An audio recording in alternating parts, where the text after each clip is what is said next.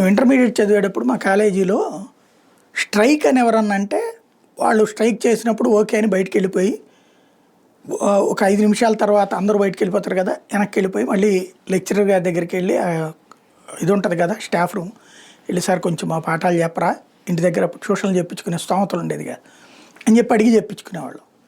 సెలవులప్పుడు ఏ వేసవ సెలవులో తప్పించి మిగతా సెలవులప్పుడు పండగ సెలవులు ఇట్టా ఉన్నా సరే క్లాస్కి వెళ్ళేవాళ్ళం, కూర్చుని మాస్టర్తో చెప్పించుకునేవాళ్ళు. వాళ్ళు కూడా అప్పుడే యూనివర్సిటీ నుంచి వచ్చిన వాళ్ళు కావడంతో ఉత్సాహంగా మాకు పాఠాలు చెప్పేవాళ్ళు.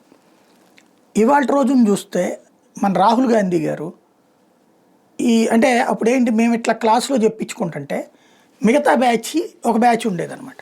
వాళ్ళు అసలు రెగ్యులర్గా క్లాస్కి రారు, అప్పుడప్పుడు వస్తుంటారు, వారానికి 1 రోజు 2 రోజులు. నేనేమో పుస్తకాలు మొత్తం నోట్బుక్స్లు టెక్స్ట్ బుక్లు అన్నీ పట్టుకుని ఇంత కట్టబట్టుకుని పోతే వాళ్ళు ఒక నోట్బుక్ని పట్టుకుని ఇట్ట తిప్పుకుంటూ వచ్చేవాళ్ళు అనమాట. అట్లాంటి వాళ్ళు స్ట్రైక్ రోజున మాత్రం వచ్చేవాళ్ళు, వచ్చి కాసేపు పరిచేసి వెళ్ళిపోయేవాళ్ళు.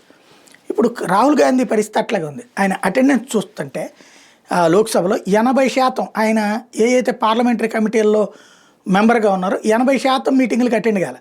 డిఫెన్స్ దాంట్లో ఆయన పార్లమెంటరీ కమిటీలో మెంబర్గా ఉన్నారు, దాంట్లో 80% మీటింగ్లకు అటెండ్ కాలే. అట్లాగే 18వ లోక్సభకు సంబంధించినటువంటి పార్లమెంట్ రికార్డ్స్లో ఈ లెక్కలు బయటపడుతున్నాయి. అలాగే సభలో కూడా ఎప్పుడు పూర్తిగా కూర్చోడు, ఆయన మాట్లాడాలనుకున్నప్పుడు కూర్చుంటాడు, మిగతా టైం అంతా వదిలేసి వెళ్ళిపోతుంటాడు. అదే స్పెషల్ అయింది.